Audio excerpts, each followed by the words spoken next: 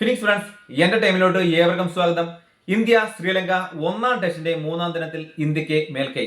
ആദ്യ 2 ദിനങ്ങളിൽ ബാറ്റ്സ്മാൻമാരാണ് മേൽക്കൈ നേടിയെങ്കിൽ മൂന്നാം ദിനം ബൗളർമാരുടെ ശക്തമായ പ്രകടനമാണ് നമുക്ക് കാണാൻ സാധിച്ചത്.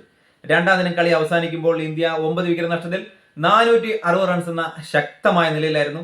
മൂന്നാം ദിനത്തിൽ കളി തുടങ്ങിയതിൽ തന്നെ ഇന്ത്യയുടെ അവസാന വിക്കറ്റ് നഷ്ടമാകുകയുണ്ടായി. പ്രസിദ്ധ് കൃഷ്ണയാണ് അവസാനമായി പുറത്തായത്. 2 റൺസ് മാത്രമേ കൂട്ടിച്ചേർക്കാൻ സാധിച്ചിരുന്നു. ഇന്ത്യ 462 റൺസിന് ഇന്ത്യയുടെ എല്ലാ വിക്കറ്റുകളും നഷ്ടമാകുകയുണ്ടായത്. തുടർന്ന് ബാറ്റിംഗിനെത്തിയ ശ്രീലങ്ക തുടക്കത്തിലെ തന്നെ തകർച്ചയോടെയാണ് അവർ തുടങ്ങിയത്. 90 റൺസ് എത്തുമ്പോഴത്തേക്കും അവരുടെ മുൻനിര ബാറ്റ്സ്മാൻമാരായ 5 ബാറ്റ്സ്മാൻമാരും കൂടാരം കയറിയിരുന്നു. പിന്നെ വന്ന് അവർക്ക് വേണ്ടി മോശമല്ലാത്ത സ്കോർ നേടാൻ അവരെ സഹായിച്ചത് സോനൽ 100 റൺസും അതേപോലെ തന്നെ നിരോഷൻ 80 റൺസുമാണ്.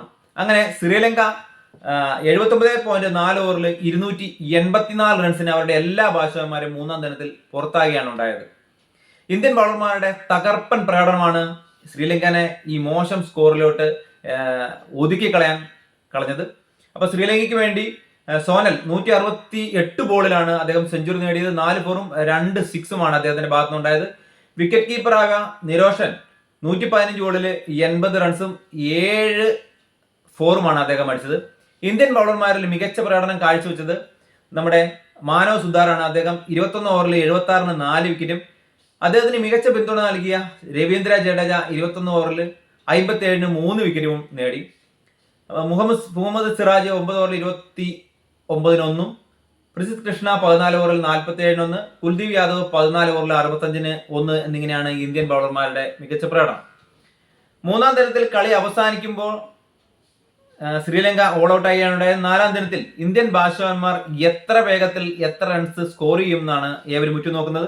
മികച്ച ടോട്ടൽ പടുത്തുയർത്തിയും ശ്രീലങ്കയെ ചെറിയ സ്കോറിൽ ഒതുക്കി ഇന്ത്യ വിജയം കരസ്ഥമാക്കുകയും ചെയ്യട്ടെ എന്നാണ് ഏവരും ഉറ്റുനോക്കുന്നത്. ഇന്ത്യയുടെ ഇപ്പോഴത്തെ അവസ്ഥയിൽ ടെസ്റ്റ് റാങ്കിങ്ങിൽ തന്നെ ഇന്ത്യ ബാക്കൗട്ടാണ് പോയിക്കൊണ്ടിരിക്കുന്നത്.